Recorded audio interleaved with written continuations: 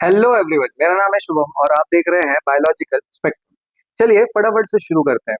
Already मुझे ये video बनाने के लिए काफी देर हो चुकी है, कुछ टेक्निकल इश्यूज थे, उसके वजह से मैं वीडियोस फिलहाल नहीं बना पा रहा था। लेकिन आज हम पिछले वीडियो लेक्चर को यहाँ से कंटिन्यू करेंगे। जैसा कि आप सभी को पता है, लास्ट के वीडियो लेक्चर में हमने ये वाला पार्ट जो है वो पढ़ लिया था। दैट इज पॉलिनेटिंग एजेंट्स कितने टाइप के होते हैं और उनसे किए जाने वाले जो पॉलिनेशन होते हैं उनको क्या क्या कहते हैं।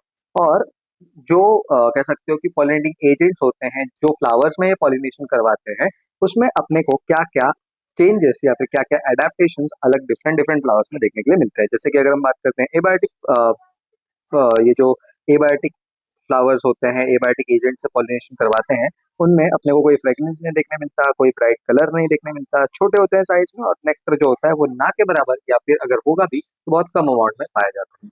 वैसे अगर हम बात करते हैं बायोटिक एजेंट्स के बारे में, तो बायोटिक एजेंट से जो पॉलिनेशन करवाते हैं उनमें अगर हम देखने जाएंगे तो यहाँ पर अपने को जो फ्लावर्स होते हैं वो काफी ज्यादा फ्रेग्रेंस वाले देखने मिलेंगे, ब्राइट कलर के देखने मिलेंगे, लार्जर इन साइज देखने मिलेंगे और जिनमें नेक्टर्स का साइज भी जो होगा वो काफी ज्यादा हाई होगा। आज के इस वीडियो लेक्चर में इस चैप्टर को हम आगे बढ़ाने वाले हैं और आज इस वीडियो लेक्चर के थ्रू हम इस चैप्टर का एक अगला पार्ट पढ़ने वाले हैं, that is called as out breeding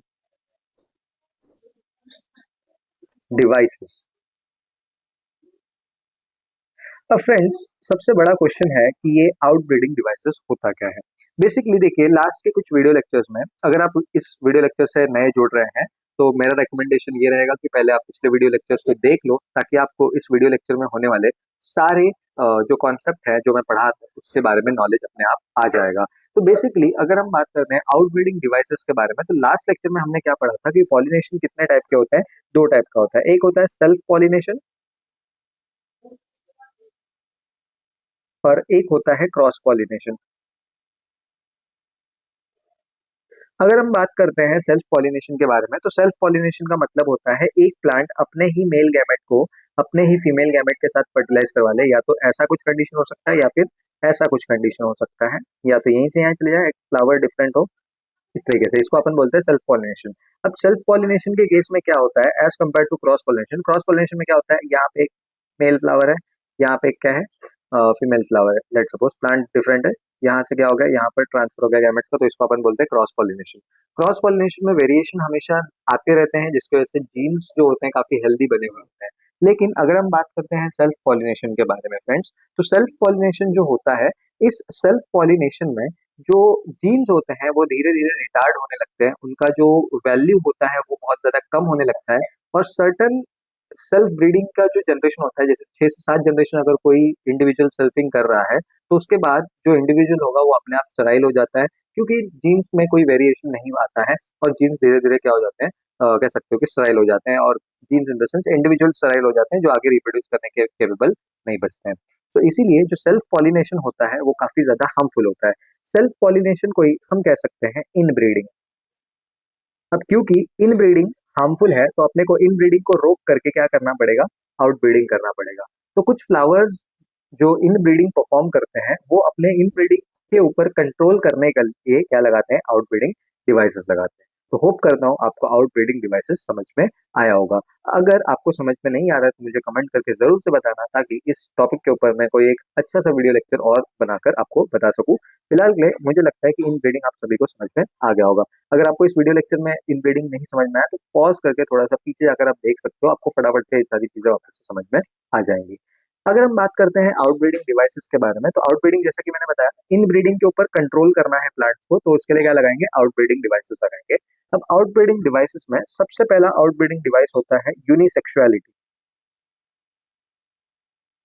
unisexuality का मतलब होता है कि प्लांट्स कोशिश करेंगे कि वो बायसेक्सुअल सेक्सुअल ना होकर वो यूनिसेक्सुअल बनेंगे।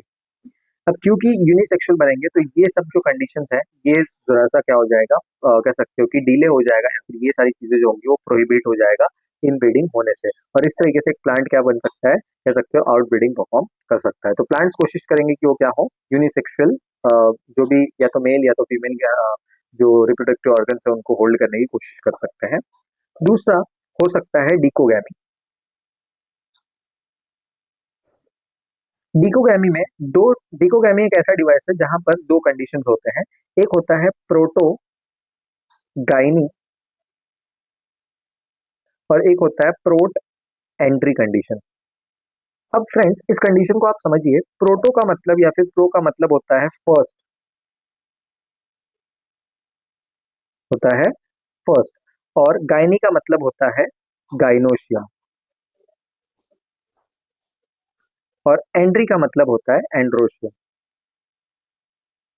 अगर किसी फ्लावर में सबसे पहले गाइनोशियम डेवलप होता है और उसके बाद एंड्रोशियम डेवलप होता है, तो ऐसे कंडीशन को हम कहते हैं प्रोटोगायनी।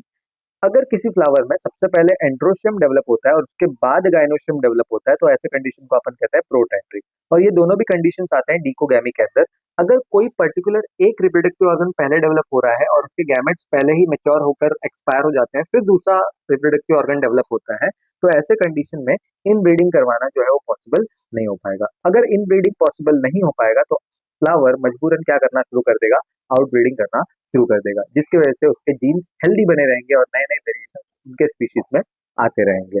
फिर इसके बाद है